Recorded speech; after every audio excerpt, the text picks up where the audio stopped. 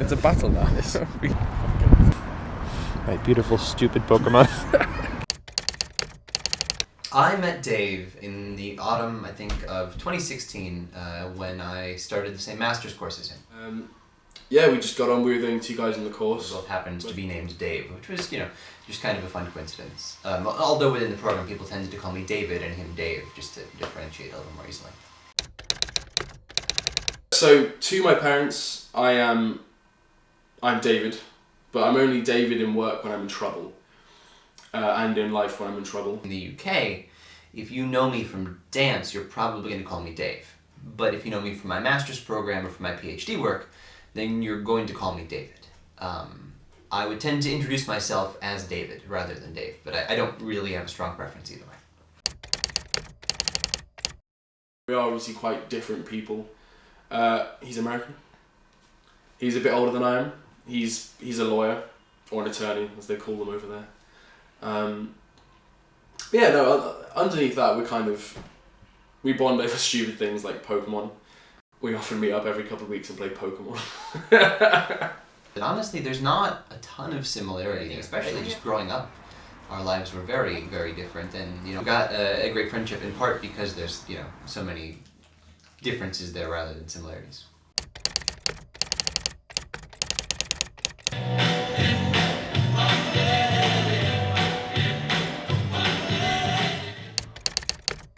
To the UK, I didn't know anyone really. I was looking for a good way to meet people, and it turns out that the dance club here at Cardiff is a particularly large one. After I had started to go, I knew just from talking to Dave from classes and stuff that he was looking for, I think, some things to do as well. And at the same time, he was single and interested in meeting some girls in particular. So that was kind of, I think, the hook that got him started. I was single at the time, and a bit heavier. So David said, come along to dance. It's free for the first few weeks for guys because they need a guy. You're single, you might pull. And I didn't, so. I didn't tell my dad at first because I was just quite worried he would turn around and make fun of me. It's just banter. My mates did the same. I was quite scared to tell them. So most people now, when I tell them I do dance, they're like, oh, I thought you'd be a rugby player because I'm 6'2" and I'm quite heavy set. If David had never invited me to dance, I probably would never have gone. It's just something I've never really thought about doing. And it was just a spur of the moment. I think it was a Thursday he asked me and I was like, yeah, I'll come along. If he dropped out and kind of said, I'm not doing this anymore, stay if you want to, I don't really know. I think by that point I had a few other friends in the club because it's a really nice club. So I probably would have stayed, but I don't think I would be as into it or enjoy it as much. Saying that, I might have just quit and been like, no, I know no one. I would have continued to dance if Dave had not kept doing it. I mean, it's certainly a nice way for us to get to see each other regularly, but our friendship certainly started before we were dancing and exists independent of dance.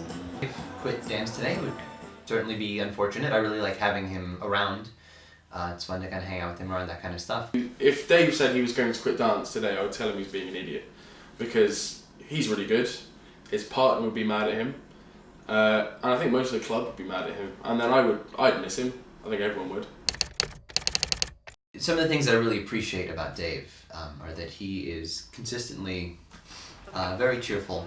I think he's very thoughtful and considerate, and that he is willing to try new things and kind of go out of his comfort zone in ways that have been a lot of fun. I think he's done way too much with his life. Yeah, which isn't necessarily a bad thing, but it does kind of make me question what I've done.